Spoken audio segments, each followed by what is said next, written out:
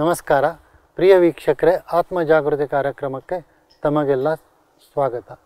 ತನ್ನನ್ನು ತಾನು ಅರಿಯೋದಕ್ಕೋಸ್ಕರ ನಾವು ಇಷ್ಟು ದಿನ ಚರ್ಚೆ ಮಾಡ್ತಾ ಇದ್ವಿ. ತಾನು ಆತ್ಮ ಅನ್ನೋದು ಗೊತ್ತಾಯಿತು, ತಮ್ಮ ತಂದೆ ಪರಮಾತ್ಮ ಅನ್ನೋದು ಗೊತ್ತಾಯಿತು. ಲಾಜಿಕಲ್ ಆಗಿ ಎಲ್ಲ ವಿಷಯ ಅರ್ಥ ಆದರೂ ಸಹಿತ ಪ್ರಾಕ್ಟಿಕಲ್ ಆಗಿ ಕೆಲವು ಪ್ರಶ್ನೆಗಳು ನಮ್ಮ ಮನಸ್ಸಲ್ಲಿ ಹೇಳ್ತಾ ಇದ್ದಾವೆ. ಆ ಪ್ರಶ್ನೆಗಳಿಗೆ ಉತ್ತರ ಕೊಡಲು ಇವತ್ತು ನಮ್ಮ ಜೊತೆ ಬ್ರಹ್ಮಕುಮಾರಿ ಅನಿತಾ ಅಕ್ಕನವರು ಮತ್ತೆ ಬಂದಿದ್ದಾರೆ. ಬನ್ನಿ ಅವ್ರ ಜೊತೆ ಮಾತನಾಡೋಣ. ಅಕ್ಕನವರೇ ನಮಸ್ಕಾರ. ನಮಸ್ಕಾರ. ತಮಗೆ ಈ ಕಾರ್ಯಕ್ರಮಕ್ಕೆ ಸ್ವಾಗತ. Thank you. ಅಕ್ಕವರೇ, ನೀವು ಹೇಳಿರೋದೆಲ್ಲ ಅರ್ಥ ಆಯಿತು, ಲಾಜಿಕಲಿ ಒಪ್ಪಿ ಆಯಿತು. ಪ್ರಾಕ್ಟೀಸು ನಾವು ಮಾಡಿದ್ವಿ, ಕೆಲವು ಅನುಭವಗಳಾದವು. ಆದರೆ ಎಲ್ರಿಗೂ ಒಂದೇ ಥರ ಅನುಭವ ಆಗುತ್ತಾ, ಬೇರೆಯವರಿಗೆ ಬೇರೆ ಥರ ಅನುಭವ ಆಗ್ಬೋದಾ? ಒಬ್ಬೊಬ್ಬರ ಅನುಭವ ಬೇರೆ ಬೇರೆ ಇರುತ್ತಾ? ಹೇಗೆ ಅನುಭವವನ್ನು ನೋಡೋಕ್ಕಿಂತ ಮುಂಚೆ ನೀವಂದ್ರೆ ಲಾಜಿಕಲಿ ನಾವು ಈ ಮಾತನ್ನು ನಂಬಿದ್ದೀವಿ ಅಥವಾ ನಮಗೆ ಅದು ಸರಿ ಅನ್ನಿಸ್ತಾ ಇದೆ, ನಮಗೆ ರಿಯಲ್ ಅನ್ನಿಸ್ತಾ ಇದೆ. ಆದರೆ ಲಾಜಿಕಲಿ ನಾವು ಎಷ್ಟು ಮಟ್ಟಿಗೆ ತಿಳ್ಕೊಂಡಿದ್ದೀವಿ, ಯಾವ ರೀತಿ ನಮ್ಮದು ಫಸ್ಟ್ ಲೆಸನನ್ನೇ ಇದೆ. ಫಸ್ಟ್ ಮಾತನ್ನೇ ನಾವು ಪ್ರಾಕ್ಟೀಸ್ ಮಾಡ್ತಾ ಇದ್ದೀವಿ. ದಟ್ ಐ ಆಮ್ ಅ ಸೋಲ್, ನಾನೊಂದು ಆತ್ಮ ಆಗಿದ್ದೇನೆ. ಈ ಶರೀರ ಬೇರೆ ಮತ್ತು ಇದ್ರ ಒಳಗಡೆ ಇರುವಂಥ ಚೈತನ್ಯ ಶಕ್ತಿಯೇ ಬೇರೆ ಅಂಥೇಳಿ. ಆದರೆ ಆ ಆತ್ಮದ ರಿಯಾಲಿಟಿ ನಾವೆಷ್ಟು ಅನುಭವ ಮಾಡ್ತಾ ಇದ್ದೀವಿ. ಯಾಕಂದರೆ ಲಾಜಿಕಲಿ ಆ ಮಾತು ನಮಗೆ ಪಕ್ಕ ಆಗಬೇಕಂದ್ರೂ ಕೂಡ ನಾವು ಎಷ್ಟರ ಮಟ್ಟಿಗೆ ಅದರಲ್ಲಿ ಎಳೀತಾ ಇದ್ದೀವಿ. ಅದಕ್ಕೆ ಈ ಆತ್ಮದ ಮೇಲೆ ಏನು ಕೆಲವೊಂದು ಲೇಬಲ್ಸ್ಗಳಿದ್ದಾವೆ ಅದನ್ನು ಒಂದು ಸ್ವಲ್ಪ ರಿವೈಸ್ ಮಾಡೋಣ ಮತ್ತೊಮ್ಮೆ. ಈಗ ಯಾವ ರೀತಿ ಹೆಸರಿದೆ, ಆ ಹೆಸರು ನಾನಲ್ಲ, ಶರೀರಕ್ಕೆ ಸಿಕ್ಕಿರುವಂಥ ಹೆಸರು. ಅದರ ನಂತರ ನಾನು ಯಾವುದಾದ್ರೂ ವಿದ್ಯೆ ಕಲಿತಿದ್ದೀನಿ ಅಥವಾ ಯಾವುದಾದ್ರೂ ಪ್ರೊಫೆಷನ್ನಲ್ಲಿ ನಾನು ಕೆಲಸ ಮಾಡ್ತಾ ಇದ್ದೀನಿ, ಅದು ನನ್ನ ಪ್ರೊಫೆಷನ್ ಆಯಿತು. ನೀವು ತಂದೆ ಇದ್ದೀರಾ, ಯಾರಿಗೋ ಅಣ್ಣ ಆಗಿದ್ದೀರಾ, ಯಾರಿಗೋ ಅಳಿಯ ಆಗಿದ್ದೀರಾ. ಈ ರೀತಿಯಾಗಿ ಈ ಎಲ್ಲ ಏನು ಸಂಬಂಧಗಳು ಬರ್ತಾವೆ, ಇದು ನಿಮಗೆ ಸಿಕ್ಕಿರುವಂತಹ ಒಂದು ಜವಾಬ್ದಾರಿ. ಅದನ್ನು ನೀವು ನಿಭಾಯಿಸ್ತಾ ಇದ್ದೀರಾ. ಅದು ಟೈಪ್ ಆಫ್ ಪ್ರೊಫೆಷನ್ ಆಯಿತು ನಿಮ್ಮದು. ಹಾಗಾದರೆ ಇದೆಲ್ಲನೂ ಕೂಡ ನಾನಲ್ಲ, ಇದೆಲ್ಲದಕ್ಕಿಂತನೂ ಕೂಡ ಬೇರೆ ಇರುವಂಥ ಶಕ್ತಿ ನಾನಿದ್ದೀನಿ. ಹಾಗಾದರೆ ಇದನ್ನು ಲಾಜಿಕಲಿ ನಾನು ಎಷ್ಟು ತಿಳ್ಕೊಳ್ತಾ ಇದ್ದೀನಿ? ಯಾಕಂದರೆ ನಾನೇನಿದ್ದೀನೋ ಅದು ರಿಯಾಲಿಟಿ ಇದೆ, ಮತ್ತು ರಿಯಾಲಿಟಿ ನನಗೆ ಸತ್ಯ ಅನ್ನಿಸ್ತದೆ. ಅದರಲ್ಲಿ ಯಾವುದೇ ರೀತಿಯಾದಂತಹ ಡೌಟ್ ಇರೋದಿಲ್ಲ. ಹಾಗಾದರೆ ರಿಯಲ್ ಇರೋದು ಅದು ನನ್ನಲ್ಲಿ ನ್ಯಾಚುರಲ್ ಇರ್ತದೆ. ರಿಯಲ್ ಇರೋದನ್ನು ನಾವು ಎಲ್ಲಿಂದನೂ ತಂದ್ಕೊಳ್ಳೋ ಅವಶ್ಯಕತೆ ಇರೋದಿಲ್ಲ. ಅದು ನನ್ನೊಳಗಡೆ ನ್ಯಾಚುರಲ್ ಇರ್ತದೆ. ನ್ಯಾಚುರಲ್ ಇರೋದನ್ನು ನಾವು ಈಸಿಯಾಗಿ ಫೀಲ್ ಮಾಡ್ಬೋದು. ಹಾಗಾದರೆ ವಿಚಾರ ಮಾಡಿ ನೋಡಿ, ನಾನು ಆತ್ಮ ಶಾಂತ ಸ್ವರೂಪ ಅಂತ ನಾನು ಏನು ಹೇಳ್ತಾ ಇರ್ತೀನಿ, ಇದು ನನ್ನ ರಿಯಾಲಿಟಿ ಇದೇನೋ ಅಥವಾ ಇಲ್ವೋ? ಮೊದಲು ಇದನ್ನು ಲಾಜಿಕ್ ಆಗಿ ವಿಚಾರ ಮಾಡೋಣ. ಹಾಗಾದರೆ ನಮಗೆ ಶಾಂತಿ ಇಷ್ಟ ಅನ್ನಿಸ್ತದನೋ ಅಥವಾ ದುಃಖದಲ್ಲಿರೋದು, ಅಶಾಂತಿ ಇರೋದು, ಟೆನ್ಷನ್ನಲ್ಲಿರೋದು, ಸಮಸ್ಯೆಗಳಲ್ಲಿರೋದು, ಇದು ನಮಗೆ ಒಳ್ಳೇದು ಅನ್ನಿಸ್ತದಲ್ಲ? ಶಾಂತಿ ಇರೋದು ಅಂದರೆ ಸಮಸ್ಯೆಗಳು ಯಾವುದೂ ಇರಬಾರ್ದು, ಟೆನ್ಷನ್ ಯಾವುದೂ ಇರಬಾರ್ದು ಅಂತ ಅನ್ಸುತ್ತೆ. ಹಾಗಾದರೆ ಶಾಂತಿಯಲ್ಲಿರೋದನ್ನೇ ನಮಗೆ ಒಳ್ಳೇದು ಅನ್ನಿಸ್ತದೆ. ಹಾಗಾದರೆ ಶಾಂತಿ ನಮ್ಗೆ ಇಷ್ಟ ಅಂದಮೇಲೆ ಶಾಂತಿ ನನ್ನ ನೇಚರ್ ಆಯಿತು. ನನಗೆ ಯಾವುದು ಇಷ್ಟ ಅದು ನನ್ನ nature. Peace it's my nature. ಹಾಗಾದರೆ ನನ್ನ ನೇಚರ್ ಅಂದಮೇಲೆ ಅದರಲ್ಲಿ ಯಾವುದೂ ಡೌಟ್ ಇರೋದಿಲ್ಲ. ಅದು ಈಸಿಯಾಗಿ ನಮ್ಮನ್ನು ಅಟ್ರ್ಯಾಕ್ಟ್ ಮಾಡ್ತದೆ. ಈಗ ಯಾವ ರೀತಿ ತಿಳ್ಕೊಳ್ಳಿ, ನಿಮ್ಮನ್ನು ಒಯ್ದು ಯಾವುದೋ ಒಂದು ಮಾರುಕಟ್ಟೆಯಲ್ಲೇನೋ ಅಥವಾ ಎಲ್ಲಿ ಜಾಸ್ತಿ ಜನ ಇರ್ತಾರೆ ಅಂಥ ಸ್ಥಾನದಲ್ಲೇನೋ ಜನದಟ್ಟಣೆ ಇರುವಂತಹ ಒಂದು ವಾತಾವರಣದಲ್ಲಿ ನಿಮ್ಮನ್ನು ಬಿಟ್ಟರೆ ಅಲ್ಲಿ ನಿಮಗೆ ಚೆನ್ನಾಗಿ ಫೀಲ್ ಆಗುತ್ತಾ? ಗದ್ದಲದಲ್ಲಿ ಇಲ್ಲ. ಅದೇ ನೀವು ಒಂದು ನೋಡಿ, ಸುಂದರವಾದಂಥ ಶಾಂತವಾದಂಥ ಒಂದು ಸೀ ಶೋರಿಗೆ ಹೋಗಿ, ಸಮುದ್ರ ದಡದಲ್ಲಿ ಹೋಗಿ, ತಂಪಾದಂಥ ಗಾಳಿ ಬರ್ತಾ ಇರ್ತದೆ, ಅಲ್ಲಿ ಒಬ್ಬರೇ ಕೂತ್ಕೊಂಡಿದ್ದೀರಾ, ಆ ಫೀಲಿಂಗ್ ಹೇಗೆ ಅನಿಸ್ತದೆ? ಖುಷಿ ಅನಿಸ್ತದೆ, ಶಾಂತ ಅನಿಸ್ತದೆ. ಯಾಕೆ? ಅಲ್ಲೂ ಶಾಂತಿ ಇದೆ. ಹಾಗಾದ್ರೆ ನಮ್ಮನ್ನು ಅಟ್ರಾಕ್ಟ್ ಮಾಡ್ತಾ ಇರೋದು ಯಾವುದು? ಶಾಂತಿ ಅಟ್ರಾಕ್ಟ್ ಮಾಡ್ತಾ ಇದೆ. ಏಕೆ? ಇದು ನಂದು ನೇಚರ್ ಆಗಿದೆ, ಇದು ನನ್ನ ಮೂಲ ಸ್ವಭಾವ ಆಗಿದೆ, ಮೂಲ ಗುಣ ಆಗಿದೆ. ಮೂಲ ಗುಣವನ್ನ ಅನುಭವ ಮಾಡೋದು ಈಸಿ ಆಗ್ತದೆ. ಹಾಗಾದ್ರೆ ಲಾಜಿಕಲಿ ನಾ ಈ ಮಾತನ್ನ ಎಷ್ಟು ಗಟ್ಟಿ ಹಿಡಿದಿದ್ದೀನಿ, ಲಾಜಿಕಲಿ ಇದನ್ನ ನಾನು ಎಷ್ಟು ಅಂಡರ್ಸ್ಟ್ಯಾಂಡ್ ಮಾಡ್ಕೊಳ್ತೀನೋ ಅಷ್ಟು ಅದರಲ್ಲಿ ನಾನು ಮುಂದುವರಿಲಿಕ್ಕೆ ಈಸಿ ಆಗ್ತದೆ. ಅದಕ್ಕೆ ಈ ಶಾಂತಿ ನನ್ನನ್ನು ಎಳೀತಾ ಇದೆ ಅಂದಮೇಲೆ ಈ ಶಾಂತಿಯೇ ನನ್ನ ನಿಜವಾದಂಥ ಗುಣ ಆಗಿದೆ. ಯಾವುದೇ ರೀತಿಯಾದಂತಹ ಟೆನ್ಷನ್ ಆಯಿತು, ಪರಿಸ್ಥಿತಿ ಆಯಿತು, ಇದು ನನ್ನ ಗುಣ ಅಲ್ಲ. ಹಾಗಾದರೆ ಶಾಂತಿಯಲ್ಲಿರೋದು, ಕ್ರೋಧ ಮಾಡದೇ ಇರೋದು, ಇದು ನನ್ನ ನೇಚರ್ ಆಗಿದೆ. ಕ್ರೋಧ ಮಾಡೋದು ಇದು ನನ್ನ ಸ್ವಭಾವ ಅಲ್ಲ. ಕ್ರೋಧ ಮಾಡಿದ್ರೆ ಅನ್ಕಂಫರ್ಟೇಬಲ್ ಅನಿಸುತ್ತೆ, ಫೀಲ್ ಆಗುತ್ತೆ. ಸ್ವಲ್ಪ ಸಮಯಕ್ಕೆ ಏನೋ ಅದು ಫೀಲಿಂಗ್ ಇದ್ರೂ ಸಹಿತ ಎಷ್ಟೋ ಸಮಯದವರೆಗೂ ಅದನ್ನು ನನ್ನ ಏನೋ ಒಂಥರ ಅನ್ಕಂಫರ್ಟ್ ಫೀಲ್ ಮಾಡ್ತಾ ಇರ್ತದೆ. ಹಾಗಾದರೆ ಆ ಸತ್ಯತೆ ಏನಿದೆ, ಶಾಂತಿ ಅನ್ನುವಂಥದ್ದು, ಇದು ಒಂದು ಸತ್ಯತೆ ಆಯಿತು.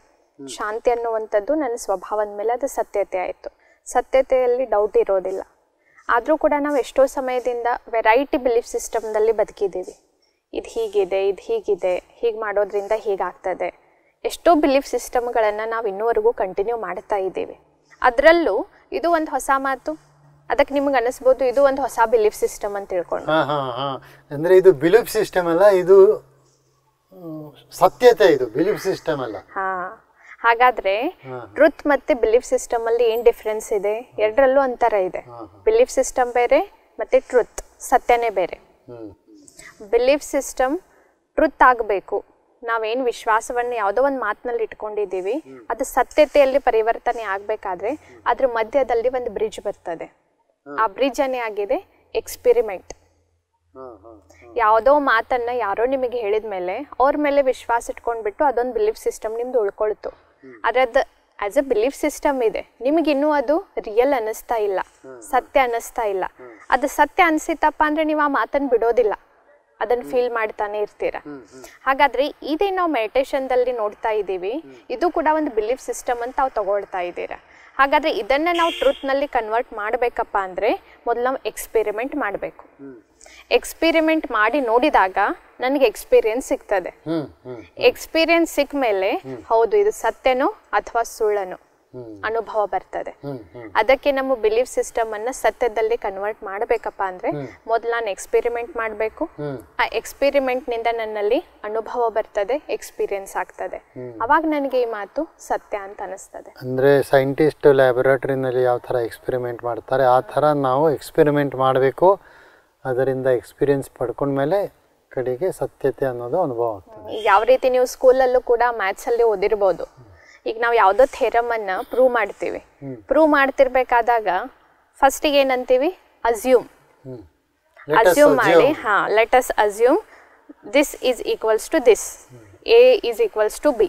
ಫಸ್ಟಿಗೆ ಅದನ್ನು ಅಸ್ಯೂಮ್ ಮಾಡಿ ಆಮೇಲೆ ಅಲ್ಲಿ ನಾವು ಅದನ್ನು ಪ್ರೂವ್ ಮಾಡ್ತಾ ಹೋಗಿ ಆಮೇಲೆ ಫೈನಲಿ ಹೇಳ್ತೀವಿ that's why A is equals to B ಅಂತ ಪ್ರೂವ್ ಮಾಡ್ತೀವಿ.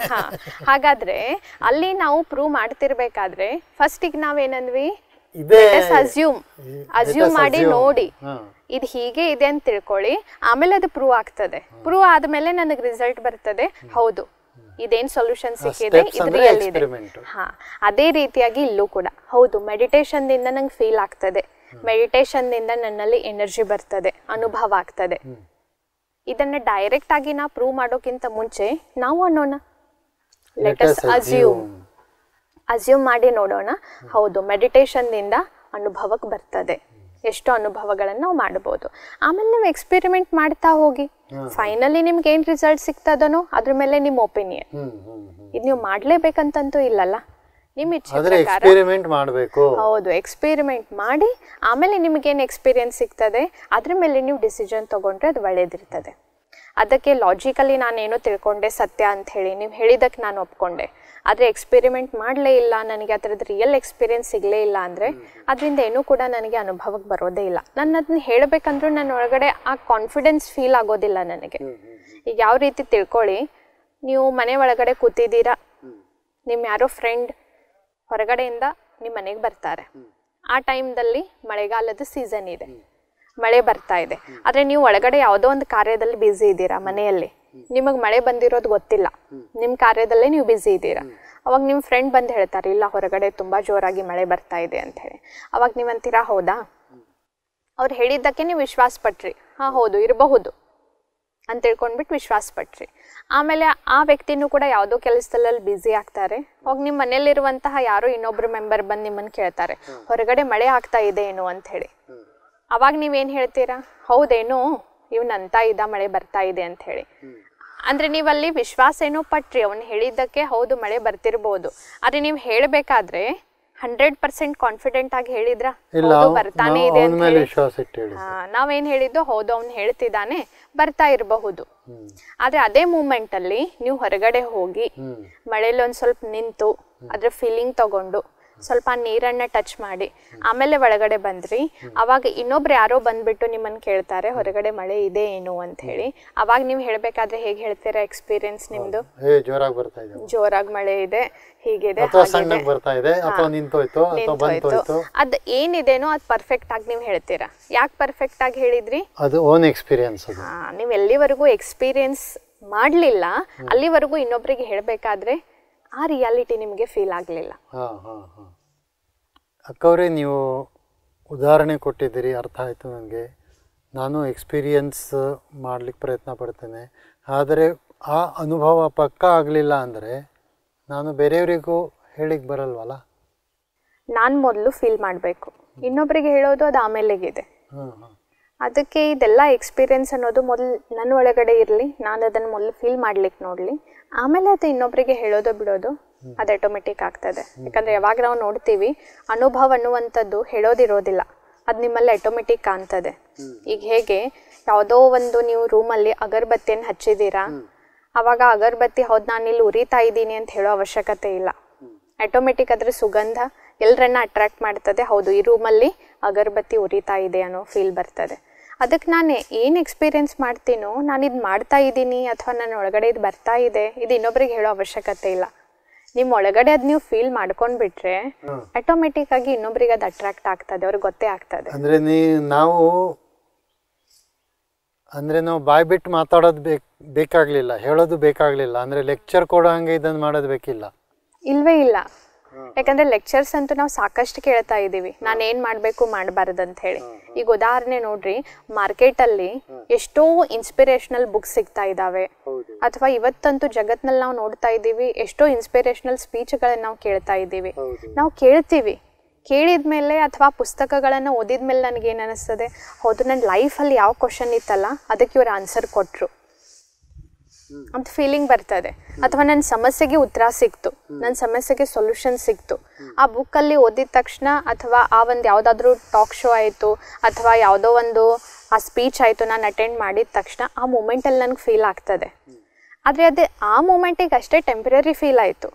ಆದರೆ ಆ ಎಲ್ಲ ಮಾತುಗಳನ್ನು ಎಲ್ಲಿವರೆಗೂ ನಾನು ಅಪ್ಲೈ ಮಾಡಿ ಎಕ್ಸ್ಪೀರಿಯೆನ್ಸ್ ಮಾಡೋದಿಲ್ಲ ಅಲ್ಲಿವರೆಗೂ ಅದು ನನ್ನ ಪ್ರಾಪರ್ಟಿ ಆಗೋದಿಲ್ಲ. ಯಾಕಂದರೆ ಬುಕ್ಸ್ಗಳಲ್ಲಿ ಯಾರ ಅನುಭವಗಳನ್ನು ಬರೆದಿದ್ದಾರೆ, ಆ ಇನ್ಸ್ಪಿರೇಷನಲ್ ಕೆಲವೊಂದು ಥಾಟ್ಸ್ಗಳನ್ನು ಹಾಕಿದ್ದಾರೆ ಅಥವಾ ಅಂಥ ಕೆಲವೊಂದು ಸ್ಟೋರೀಸ್ಗಳನ್ನು ಹಾಕಿದ್ದಾರೆ, ಅದು ಅವ್ರದ್ದು ಓನ್ ಅನುಭವ ಇದೆ. ಅದು ಅವರ ಅನುಭವ. ನಾನು ಓದ್ತೀನಿ, ಆದರೆ ನನಗೆ ಅನ್ನಿಸ್ತದೆ ಹೌದು ಇದರಿಂದ ನನಗೆ ಉತ್ತರ ಸಿಗ್ತಾ ಇದೆ. ಆದರೆ ಉತ್ತರ ಸಿಕ್ತು, ನಾನು ಅದನ್ನು ಪ್ರಾಕ್ಟಿಕಲ್ಲಿ ನನ್ನ ಲೈಫಲ್ಲಿ ಅಪ್ಲೈ ಮಾಡಲಿಲ್ಲಲ್ಲ, ಅಲ್ಲಿವರೆಗೂ ಆ ಬುಕ್ನಲ್ಲಿರುವಂತಹ ಅಂಥ ಎಲ್ಲ ವಿಷಯಗಳು ಅದು ಯಾರು ಬರೆದಿದ್ದಾರೋ ಅದು ಅವ್ರ ಪ್ರಾಪರ್ಟಿ ಆಯಿತು, ನನ್ನ ಪ್ರಾಪರ್ಟಿ ಆಗಲಿಲ್ಲ. ಎಲ್ಲಿವರೆಗೂ ಅದನ್ನು ನಾನು ಫೀಲ್ ಮಾಡೋದಿಲ್ಲ ಅಲ್ಲಿವರೆಗೂ ಅದು ನನ್ನ ಪ್ರಾಪರ್ಟಿ ಆಗ್ಲಿಕ್ಕೆ ಸಾಧ್ಯ ಇಲ್ಲ. ಅದಕ್ಕೆ ನಾವು ಎಷ್ಟೋ ಮಾತುಗಳನ್ನು ಕೇಳ್ತಿರ್ಬೋದು, ಎಷ್ಟೋ ಮಾತುಗಳನ್ನು ನೋಡ್ತಾ ಇರಬಹುದು, ಎಷ್ಟೋ ಮಾತುಗಳು ನಮ್ಮ ಎದುರಿನಲ್ಲಿ ಆಗ್ತಾ ಇರಬಹುದು. ಆದರೆ ಅದರಿಂದ ನಾನು ಎಲ್ಲಿವರೆಗೂ ಕಲಿಯೋದಿಲ್ಲ, ನನ್ನ ಲೈಫಲ್ಲಿ ಅಪ್ಲೈ ಮಾಡೋದಿಲ್ಲ, ಅಲ್ಲಿವರೆಗೂ ನನಗೆ ಎಕ್ಸ್ಪೀರಿಯೆನ್ಸ್ ಬರೋದೇ ಇಲ್ಲ. ಯಾಕಂದರೆ ನಾವು ಬಹಳಷ್ಟು ಸಮಯದಿಂದ ಬಹಳಷ್ಟು ಮಾತುಗಳನ್ನು ಕೇಳ್ತಾನೆ ಇದ್ದೀವಿ, ಆದರೆ ಇಟ್ಸ್ ಅ ಟೈಮ್. ಈಗ ಟೈಮ್ ಎಂಥದ್ದು ಬಂದಿದೆ ಅಂದರೆ ನಾನು ಅದನ್ನು ಪ್ರಾಕ್ಟಿಕಲ್ ಮಾಡಲೇಬೇಕು. ಮಾಡಲಿಲ್ಲ ಅಂದರೆ ನನಗೆ ಎಷ್ಟು ನಾನು ಏನೂ ಕೇಳಿ ಅದರಿಂದ ಏನೂ ಕೂಡ ಅನುಭವ ಆಗೋದೇ ಇಲ್ಲ. ಅದಕ್ಕೆ ಮೊದಲು ಎಕ್ಸ್ಪೀರಿಯೆನ್ಸ್ ಮಾಡಿ. ಅಂದರೆ ಬೇರೆಯವ್ರಿಗೆ ಹೇಳಲಿಕ್ಕೆ ಪ್ರಯತ್ನ ಪಡೋದು ಬೇಕಿಲ್ಲ, ಮೊದಲು ಎಕ್ಸ್ಪೀರಿಯೆನ್ಸ್ ಮಾಡಿ ಬೇರೆಯವ್ರಿಗೆ ತಾನೇ ಅರ್ಥ ಆಗ್ತದೆ. ಅಂದರೆ ರೂಮಲ್ಲಿ ಊದಿನ ಕಡ್ಡಿ ಇಟ್ಟಂಗೆ ಊದಿನ ಕಡ್ಡಿ ಹಚ್ಚಿಟ್ರೆ ಪರಿಮಳ ತಾನೇ ಬರ್ತದೆ, ಅದೇನು ಯಾರಿಗೂ ಹೇಳ್ಕೊಂಡು ಹೋಗಲ್ಲ. ಅದೇ ಥರ ನಾವು ಎಕ್ಸ್ಪೀರಿಯೆನ್ಸ್ ಮಾಡಿಕೊಂಡ್ರೆ ಸಾಕು. ಎಕ್ಸ್ಪೀರಿಯೆನ್ಸ್ ಮಾಡ್ಕೊಳ್ಳೋದ್ ಕಡೆ ಜಾಸ್ತಿ ಗಮನ ಕೊಡಬೇಕು, ಅದ್ರ ಕಡೆನೇ ಕೊಡಬೇಕಾಗಿದೆ. ಅಕ್ಕವ್ರೆ, ನೀವು ಹೇಳಿದ್ದೀರಾ ಇದನ್ನು ಎಕ್ಸ್ಪೀರಿಯೆನ್ಸ್ ಮಾಡಿದರೆ ಮುಂದೆ ಏನು ಯಾರಿಗೂ ಹೇಳೋದು ಬೇಕಿಲ್ಲ. ಆದರೆ ನನಗೆ ಇನ್ನೊಂದು ಪ್ರಶ್ನೆ ಇದೆ. ಎಷ್ಟೋ ಜನ ತಮ್ಮ ಹಳೆ ಬಿಲೀಫ್ ಸಿಸ್ಟಮ್ ಬಿಟ್ಟು ಇದನ್ನು ಎಕ್ಸ್ಪೀರಿಯೆನ್ಸ್ ಮಾಡಲಿಕ್ಕೆ, ಇದನ್ನು ಎಕ್ಸ್ಪೆರಿಮೆಂಟ್ ಮಾಡಲಿಕ್ಕೆ, ನೀವು ಹೇಳಿದರೆ A = B ಎಕ್ಸ್ಪೆರಿಮೆಂಟ್ ಮಾಡಬೇಕು, ಆ ಎಕ್ಸ್ಪೆರಿಮೆಂಟ್ ಮಾಡಲಿಕ್ಕೆ ಇಚ್ಛೆನೇ ಪಡೋದಿಲ್ಲ ಅವರು. ಅದಕ್ಕೇನು ಮಾಡಬೇಕು? ಈಗ ನೋಡಿ, ಇದನ್ನು ಮಾಡೋದ್ರಿಂದ ನನಗೇನು ಸಿಗ್ತದೆ ಅದಂತೂ ನಾವು ತಿಳ್ಕೊಂಡಿದ್ದೀವಿ. ಈ ಎಕ್ಸ್ಪೆರಿಮೆಂಟ್ದಿಂದ ನಂಗೆ ಸಿಗೋ ಎಕ್ಸ್ಪೀರಿಯೆನ್ಸ್ ಏನು ಅಂದರೆ ನನ್ನ ಒಳಗಡೆ ಇರುವಂಥ ಎಲ್ಲ ಶಕ್ತಿಗಳು ಜಾಗೃತ ಆಗ್ತದೆ, ಆ ಎಲ್ಲ ಎನರ್ಜಿ ಮತ್ತೆ ನನಗೆ ಸಿಗ್ತದೆ. ಈಗ ಹೇಗೆ ಆ ಬಿಲೀಫ್ ಸಿಸ್ಟಮನ್ನು ಬಿಟ್ಟು ನೀವು ಇದನ್ನು ಮಾಡಬೇಕಂತೇನಿಲ್ಲ, ಯಾವುದಕ್ಕೂ ಫೋರ್ಸ್ ಇಲ್ಲ, ನೀವು ಈಸಿಯಾಗಿ ಅದನ್ನು ಟ್ರೈ ಮಾಡ್ಬೋದು. ಯಾಕಂದರೆ ಆ ಬಿಲೀಫ್ ಸಿಸ್ಟಮನ್ನು ಬಿಡೋದ್ರಿಂದ ನಿಮಗೆ ಯಾವುದೇ ರೀತಿಯಾದಂಥ ನಷ್ಟ ಆಗ್ತದೆ ಅಥವಾ ಏನೋ ನೀವು ಕಳ್ಕೊಳ್ತೀರಾ ಅನ್ನುವಂಥ ಪ್ರಶ್ನೆ ಇನ್ನೊಂದಕ್ಕಿರಲಿ. ಆದರೆ ಅದಕ್ಕಿಂತ ಮುಂಚೆ ವಿಚಾರ ಮಾಡಿ ನೋಡಿ, ಇದನ್ನು ನಾನು ಅಪ್ಲೈ ಮಾಡೋದ್ರಿಂದ ನನ್ನ ಒಳಗಡೆ ಏನು ನನ್ನಲ್ಲಿರುವಂಥ ಕೋರ್ ವ್ಯಾಲ್ಯೂಸ್ ಜಾಗೃತ ಆಗ್ತದೆ. ಶಾಂತಿ ಇರ್ಬೋದು, ಶಕ್ತಿ ಇರ್ಬೋದು, ಪ್ರೀತಿ ಇರ್ಬೋದು, ಸುಖ ಖುಷಿ ಇರ್ಬೋದು, ಇದೆಲ್ಲನೂ ಕೂಡ ನಂಗೆ ಸಿಗ್ತಾ ಇದೆ ಅಂದಮೇಲೆ ನಾನು ಒಂದ್ಸಲ ಆದರೂ ಅದನ್ನು ಟ್ರೈ ಮಾಡಲೇಬೇಕು. ಒಂದು ವೇಳೆ ನೀವು ಇದೇ ಸ್ಟ್ರೆಸ್ಫುಲ್ ಲೈಫನ್ನು ಲೀಡ್ ಮಾಡ್ಬೇಕಂತ ಅನಿಸ್ತಿದ್ರೆ, ಆಯಿತು ನನ್ನ ಲೈಫಲ್ಲಿ ನನಗೇನು ಚೇಂಜಸ್ಸನ್ನೇ ಬೇಡ, ಶಾಂತಿಯ ಒಂದು ಜೀವನ ಹೇಗಿರ್ತದೆ ಅದನ್ನು ನಾನು ತಂದ್ಕೊಳ್ಳೋದೇ ಬೇಡ ಅಂದಮೇಲೆ ಅದೆಲ್ಲರದ್ದು ಕೂಡ ಓನ್ ಚಾಯ್ಸ್ ಇದೆ. ಅವ್ರಿಗೆ ಹೇಗೆ ಬೇಕೋ ಆ ರೀತಿಯಾಗಿ ಅವ್ರು ಮಾಡ್ಬೋದು. ಆದರೆ ನೀವು ಆ ಲೈಫನ್ನು ಫೀಲ್ ಮಾಡಬೇಕು, ಆ ಶಾಂತಿ ನನ್ನ ಒಳಗಡೆ ಇದೆ, ಆ ಖುಷಿ ಇದೆ, ನಾನು ನನ್ನ ಲೈಫನ್ನು ಹೊಸ ರೀತಿಯಲ್ಲೇನೂ ಕೂಡ ನಾನು ಕಲಿಬೇಕು ಜೀವಿಸೋದನ್ನು ಅನ್ನಿಸ್ತಿದ್ರೆ ನೀವು ಇದನ್ನು ಟ್ರೈ ಮಾಡಲೇಬೇಕು. ಈಗ ಫಾರ್ ಎಕ್ಸಾಂಪಲ್ ತಿಳ್ಕೊಳ್ಳಿ ನಿಮ್ಮ ಮನೆಯಲ್ಲಿ ಒಂದು ಅಲ್ಮಾರಿ ಇದೆ, ಅದರಲ್ಲಿ ಒಂದು ಲಾಕರ್ ಇದೆ. ಆ ಲಾಕರಲ್ಲಿ ಸಿಕ್ಕಾಪಟ್ಟೆ ಖಜಾನ ಇದೆ, ದುಡ್ಡಿದೆ, ಗೋಲ್ಡ್ ಇದೆ, ಏನೋ ನೀವು ನೋಡ್ಲಾರದಂತಹ ಎಲ್ಲ ವಸ್ತುಗಳಲ್ಲಿ ಇದಾವೆ. ಅದು ನಿಮ್ಗೆ ಇನ್ನೂವರೆಗೂ ಗೊತ್ತೇ ಇರಲಿಲ್ಲ. ಆದರೆ ಒಮ್ಮೆ ಬೈ ಚಾನ್ಸ್ ನಿಮ್ಗೆ ಗೊತ್ತಾಯಿತು, ಹೌದು ಇದರಲ್ಲಿ ಇಷ್ಟೆಲ್ಲ ನನ್ನ ಪ್ರಾಪರ್ಟಿ ಇದೆ ಅಂತ ಹೇಳಿ. ಆದರೆ ಅದಕ್ಕೆ ಚಾನ್ಸ್ ಏನಿತ್ತಂದರೆ ಅಷ್ಟೇ ಕೆಲವೊಂದು ಫ್ಯೂ ಸೆಕೆಂಡ್ಸ್ ಅದು ಓಪನ್ ಆಗ್ತದೆ, ಆಮೇಲೆ ಕ್ಲೋಸ್ ಆಗ್ತದೆ. ಇಲ್ಲಿವರೆಗೂ ನಿಮ್ಗೆ ಗೊತ್ತಿರಲಿಲ್ಲ.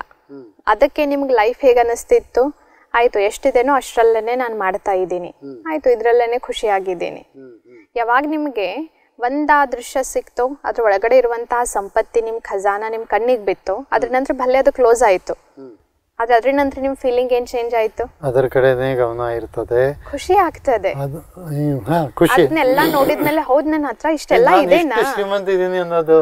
ಖುಷಿ ಬರ್ತದೆ. ಅಂದ್ರೆ ನನ್ನ ಹತ್ರ ಇಷ್ಟೆಲ್ಲ ಇದೆ, ನಾನು ಇದನ್ನ ಯೂಸ್ ಮಾಡ್ಬೋದು, ನನ್ನ ಹತ್ರನೂ ಕಡಿಮೆ ಇಲ್ಲ ಸಂಪತ್ತಿ ಅನ್ನುವಂತ ಒಂದು ಖುಷಿ ಬರ್ತದೆ. ಆ ಖುಷಿನೇ ನಿಮ್ಮ ಒಳಗಡೆ ಒಂದು ಎನರ್ಜಿಯನ್ನ ತರ್ತದೆ. ಹಾಗಾದ್ರೆ ಇದನ್ನ ನಾನು ನೋಡಿಯೂ ಸಹ ಮತ್ತದನ್ನ ಬೇಡ, ನನಗಿದ್ರ ಅವಶ್ಯಕತೆನೇ ಇಲ್ಲ ಅಂತ ಇಟ್ಕೊಳ್ಳೋದಾದ್ರೆ ಮತ್ತೆ ಅದು ಪ್ರಾಪರ್ಟಿ ನನ್ನ ಹತ್ರ ಇದ್ರೂ ಕೂಡ ವೇಸ್ಟ್ ಅಲ್ಲ.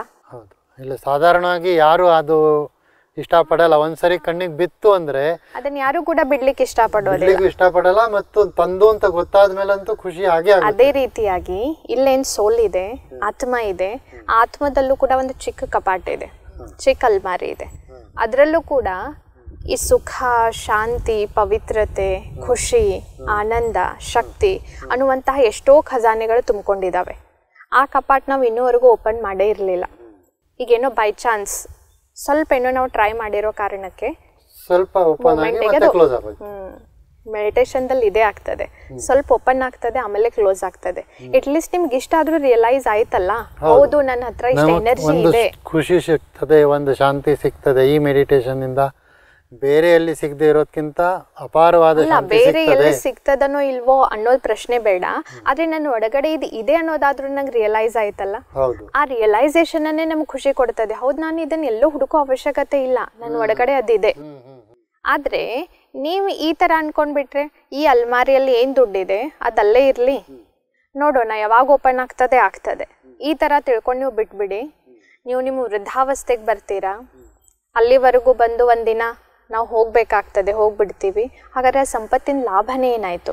ಅಥವಾ ನೀವು ವೃದ್ಧಾವಸ್ಥೆಗೆ ಬಂದ ಮೇಲೆ ನಿಮಗೆ ಅದಕ್ಕೆ ಹೌದು ಈಗ ನಂಗೆ ಅವಶ್ಯಕತೆ ಇದೆ, ಈಗ ನಾನು ಅದನ್ನು ತೆಗಿಲಿಕ್ಕೆ ಟ್ರೈ ಮಾಡ್ತೀನಿ ಅಂತ ತಿಳ್ಕೊಂಡು ಅವಾಗ ಅಲ್ಮಾರಿಯನ್ನು ನೀವು ತೆಗಿಲಿಕ್ಕೆ ಪ್ರಯತ್ನ ಪಟ್ಟು ಕೊನೆಗೆ ಒಂದ್ಸಲ ಅದು ಓಪನ್ ಆದರೂ ಕೂಡ ಆ ಟೈಮಲ್ಲಿ ಇಷ್ಟು ಪೀರಿಯಡ್ ಏನು ನಿಮ್ಮ ಲೈಫದ್ದು ಆ ಸಂಪತ್ತಿಯನ್ನು ಯೂಸ್ ಮಾಡಿ ಎಷ್ಟು ನೀವು ಸುಖ ಪಡ್ಬೋದಿತ್ತು ಅಷ್ಟು ಲಾಸ್ಟಿಗಂತೂ ಪಡ್ಲಿಕ್ಕೆ ಆಗೋದಿಲ್ಲ. ಏನೋ ಒಂದು ಸ್ವಲ್ಪ ನಾನು ಯೂಸ್ ಮಾಡಿದೆ, ಇನ್ನೊಬ್ಬರಿಗೆ ಕೊಟ್ಟು ಹೋಗ್ಬಿಟ್ಟೆ, ಇಷ್ಟೇ ಆಗ್ತದೆ. ಅದೇ ರೀತಿ ನನ್ನ ಒಳಗಡೆ ಇದೆಲ್ಲ ಏನು ಪ್ರಾಪರ್ಟೀಸ್ ಇದೆ ಇದನ್ನು ಕೂಡ ಈಗಲೇ ಲೈಫ್ ಟೈಮ್ ವರೆಗೂ ನಾವು ಯೂಸ್ ಮಾಡ್ತಾ ಇದ್ರೆ ನಮ್ಮ ಪ್ರತಿಯೊಂದು ಕ್ಷಣನೂ ಕೂಡ ಎಷ್ಟು ಖುಷಿಯಿಂದ ತುಂಬುತ್ತದೆ. ನಮ್ಮ ಲೈಫನ್ನೇ ಬೇರೆ ಅನ್ನಿಸ್ತದೆ. ನಮ್ಗೆಲ್ಲೂ ಕೂಡ ಯಾವುದೋ ಕಾರಣಕ್ಕೆ ನನ್ನ ಎನರ್ಜಿ ಹೋಯ್ತು ಅಥವಾ ನಂಗೆ ದುಃಖ ಆಗ್ತಾ ಇದೆ, ನನಗೆ ಯಾಕೋ ಲೈಫಲ್ಲಿ ಮೂಡ್ ಅಪ್ಸೆಟ್ ಆಗ್ತಾ ಇದೆ, ಇಂಥದ್ದೇನೂ ಬರೋದೇ ಇಲ್ಲ. ಅಷ್ಟು ಖುಷಿ ಅನುಭವ ನಾವು ಮಾಡ್ಬೋದು. ಆದರೆ ಕೆಲವೊಬ್ರು ಏನಂತಾರೆ, ಈ ಮೆಡಿಟೇಷನ್ ಲಾಸ್ಟಿಗೆ ಪ್ರಾಕ್ಟೀಸ್ ಮಾಡೋದು, ಲಾಸ್ಟಿಗೆ ಪ್ರಾಕ್ಟೀಸ್ ಮಾಡೋದು, ಈಗಿಲ್ಲ ವಯಸ್ಸಾದ್ಮೇಲೆ ಇದನ್ನೆಲ್ಲ ಮಾಡುವಂಥದ್ದು. ಯಾಕಂದರೆ ಸ್ಪಿರಿಚುವಾಲಿಟಿ ಅಂದಮೇಲೆ ಎಲ್ಲರ ಬುದ್ಧಿಯಲ್ಲಿ ಬರೋದು ವಯಸ್ಸಾದ್ಮೇಲೆ ಮಾಡುವಂಥದ್ದು. ಆದರೆ ಅಲ್ಲ, ಸ್ಪಿರಿಚುವಾಲಿಟಿದು ಎಂಥ ನಾಲೆಜ್ ಇದೆ ಅಂದರೆ ಈ ಲೈಫಲ್ಲೇ ನಮಗೆ ಬೇಕಾಗ್ತದೆ. ನಮ್ಮ ಲೈಫದ ಜರ್ನಿ ಮುಗಿದ ಮೇಲೆ ಈ ಜ್ಞಾನದ ಅವಶ್ಯಕತೆ ನಮಗಿಲ್ಲ. ಆ ಜರ್ನಿಯಲ್ಲಿ ಇರಬೇಕಾದಾಗ್ಲೇ ನನಗೆ ಅದ್ರ ನಾಲೆಜ್ ಇರಬೇಕು. ಪ್ರೈಮ್ ಟೈಮ್ ಇರುತ್ತಲ್ಲ ಲೈಫ್ ಇಂದ ಪ್ರೈಮ್ ಟೈಮ್ ಬೇಕಾಗ್ತದೆ. ಯಾಕಂದ್ರೆ ಆ ಮೂಮೆಂಟ್ ಅಲ್ಲಿ ನಮ್ಮ ಸುತ್ತಲೂ ಬಹಳಷ್ಟು ಟಾಸ್ಕ್ಗಳಿರ್ತಾವೆ, ಬಹಳಷ್ಟು ಪರೀಕ್ಷೆಗಳಿರ್ತಾವೆ. ಎಲ್ಲದಕ್ಕೂ ನನಗೆ ಆ ಶಕ್ತಿ ಅವಶ್ಯಕತೆ ಆ ಮೂಮೆಂಟ್ ಅಲ್ಲಿ ಇರ್ತದೆ. ಹಾಗಾದ್ರೆ ಆ ಟೈಮಲ್ಲಿ ನಾ ಈ ಮೆಡಿಟೇಷನ್ ಅನ್ನ ಯೂಸ್ ಮಾಡಿದೆ, ಆ ನನ್ನೆಲ್ಲ ಶಕ್ತಿಗಳನ್ನ ಜಾಗೃತ ಮಾಡಿದಾದ್ರೆ ಅದರಿಂದ ಸಿಗುವಂತಹ ಖುಷಿ ಮತ್ತೆ ಅದೇ ತರ ಎಕ್ಸ್ಪೆರಿಮೆಂಟ್ ಮಾಡಿ ಎಕ್ಸ್ಪೀರಿಯನ್ಸ್ ಮಾಡಿ ಅವಾಗಲೇ ನಿಮ್ಗೆ ಗೊತ್ತಾಗೋದು. ಇನ್ನೊಂದು ಭಯ ಅನ್ಬೋದು, ಪ್ರಶ್ನೆ ಅನ್ಬೋದು, ಇವಾಗ ನಮ್ಮ ಹಳೆ ಸಿಸ್ಟಮ್ ಎಲ್ಲ ಬಿಟ್ಟೋಗ್ತದ, ಇದರಲ್ಲಿ ಹಳೆ ಬಿಲೀಫ್ ಸಿಸ್ಟಮ್ ಎಲ್ಲ ಬಿಡ್ಲೇಬೇಕಾಗ್ತದ? ಇಲ್ಲ, ಆ ತರ ಏನೂ ಇಲ್ಲ. ಇದೊಂದು ನಮ್ದು ಕಲ್ಪನೆನೇ ಬೇರೆ ಇದೆ. ಬಿಲೀಫ್ ಸಿಸ್ಟಮ್ ನಾವು ಹಳೇದ್ ಬಿಡ್ತಾ ಹೋಗ್ಬೇಕು, ಅವಾಗ ನಾವು ಹೊಸದ್ ಹಿಡಿಬೇಕು, ಈ ತರ ಏನೂ ಇಲ್ಲ. ಯಾಕಂದ್ರೆ ನೋಡಿ, ಯಾವ ರೀತಿ ನೀವು ಸರ್ಕಸ್ ನೋಡಿರ್ಬೋದು, ಸರ್ಕಸ್ ಅಲ್ಲಿ ಆ ಪಾರ್ಟ್ ಅನ್ನ ಪ್ಲೇ ಮಾಡುವಂತವ್ರು ಏನಿರ್ತಾರೆ, ಕೆಲವೊಂದು ಸ್ಟಂಟ್ಸ್ ಅನ್ನ ಮಾಡ್ತಿರ್ತಾರೆ. ನೀವು ನೋಡಿರ್ಬೋದು, ಒಂದು ತೂಗು ಉಯ್ಯಾಲೆ ಇರ್ತದೆ, ಮೇಲಿನಿಂದ ಒಂದು ಉಯ್ಯಾಲೆ ಬಿಡ್ತಾರೆ, ಜಂಪ್ ಮಾಡಿ ಇನ್ನೊಂದು ಉಯ್ಯಾಲೆಯನ್ನು ಹಿಡಿತಿರ್ತಾರೆ. ಅವ್ರು ಅವಾಗ ಏನ್ ಮಾಡಿದ್ರು, ಒಂದನ್ನ ಬಿಟ್ಟು ಇನ್ನೊಂದನ್ನ ಹಿಡಿದ್ರು. ಹಾಗಾದ್ರೆ ಆ ರೀತಿಯಲ್ಲಿ ನೀವಿಲ್ಲಿ ಈ ಬಿಲೀಫ್ ಸಿಸ್ಟಮ್ ಅನ್ನ ಬಿಟ್ಟು ಇನ್ನೊಂದು ಹಿಡಿಬೇಕನ್ನೋದ್ರದ್ದು ಏನೂ ಇಲ್ಲ. ಇಲ್ಲಿ ನೀವೇನ್ ಮಾಡ್ಬೋದು, ಇದನ್ನ ಇಟ್ಕೊಂಡಾನೆ ಹೊಸದನ್ನ ಟ್ರೈ ಮಾಡ್ಬೋದು. ಒಂದ್ ವೇಳೆ ನಿಮಗೆ ಹೊಸದ್ರಲ್ಲಿ ಏನೂ ಕೂಡ ಅನುಭವ ಆಗ್ತಾ ಇಲ್ಲ ಅಂದಮೇಲೆ ಆಟೋಮೆಟಿಕ್ ನಿಮ್ಮ ಮನಸ್ಸು ಹಳೇದ್ರ ಜೊತೆಗೆ ಎಷ್ಟು ಎಡಿಕ್ಟ್ ಆಗಿರ್ತದೆ ಅಂದ್ರೆ ಅದ್ರ ಕಡೆ ಹೋಗ್ಬಿಡ್ತದೆ. ಮತ್ತೆ ಹಳೆ ಬಿಲೀಫ್ ಸಿಸ್ಟಮ್ ಅಲ್ಲೇ ನೀವು ಉಳ್ಕೊಂಡ್ಬಿಡ್ತೀರಾ. ನಿಮಗೆ ಮತ್ತೆ ಅದನ್ನ ಹೊಸದಲ್ಲಿ ಕ್ರಿಯೇಟ್ ಮಾಡೋ ಅವಶ್ಯಕತೆನೇ ಇಲ್ಲ. ಅದಕ್ಕೆ ಇದ್ರಲ್ಲಿ ಹೆದರೋ ಪ್ರಶ್ನೆನೇ ಇಲ್ಲ, ನನ್ನ ಹಳೆ ಬಿಲೀಫ್ ಸಿಸ್ಟಮ್ ಬಿಡ್ತದೆ ಅಂತ ಹೇಳಿ. ಅದನ್ನ ಇಟ್ಕೊಂಡೇ ಟ್ರೈ ಮಾಡಿ. ಅಂದ್ರೆ ಅದು ಪ್ರೀ ಕಂಡೀಷನ್ ಅಲ್ಲ, ನಾನು ಹಳೆದನ್ನ ನಿಲ್ಲಿಸಿ ಇದನ್ನ ಶುರು ಮಾಡಬೇಕು ಅನ್ನೋ ಪ್ರೀ ಕಂಡೀಷನ್ ಏನಿಲ್ಲ. ಅತರ ಏನೂ ಇಲ್ಲ. ಇದನ್ನ ಮಾಡ್ತಾನೆ ನೀವು ಅದನ್ನ ಮಾಡ್ತಾ ಇರಬಹುದು. ಏನ್ ಮಾಡ್ತಾ ಇದೀವಿ ಅದನ್ನ ಮಾಡ್ತಾನೆ ಅದರ ಜೊತೆ ಇದನ್ನು ಮಾಡಬಹುದು. ಅದ್ರ ಜೊತೆಗೂ ಕೂಡ ಹೊಸ ಹೊಸ ಅನುಭವಗಳು ನಮ್ಗೆ ಸಿಗ್ತದೆ. ಅಕ್ಕವರೇ, ಬಹಳಷ್ಟು ಬಿಲೀಫ್ ಸಿಸ್ಟಮ್ಗಳಲ್ಲಿ ಅಂದರೆ ಪ್ರಾರ್ಥನೆ ಮಾಡುವ ಪದ್ಧತಿಯಲ್ಲಾಗಲಿ ಅಥವಾ ಪೂಜೆ ಮಾಡುವ ಪದ್ಧತಿಯಲ್ಲಾಗಲಿ ಜಪ ಮಾಡುವ ಪದ್ಧತಿಯಲ್ಲಿ ಮನಸ್ಸನ್ನು ಸ್ಥಿರ ಮಾಡೋದಕ್ಕೆ ಎದುರುಗಡೆ ಒಂದು ಫೋಟೋ ಇಟ್ಕೊಂಡಿರ್ತೀವಿ. ತಮಗೆ ಇಷ್ಟ ಆಗಿದ್ದ ದೇವ್ರದ್ದು ಫೋಟೋ ಇಷ್ಟ ಆಗಿದ್ದ ದೇವ್ರದ್ದು ಫೋಟೋ ಇಟ್ಕೊಂಡಿರ್ತೀವಿ.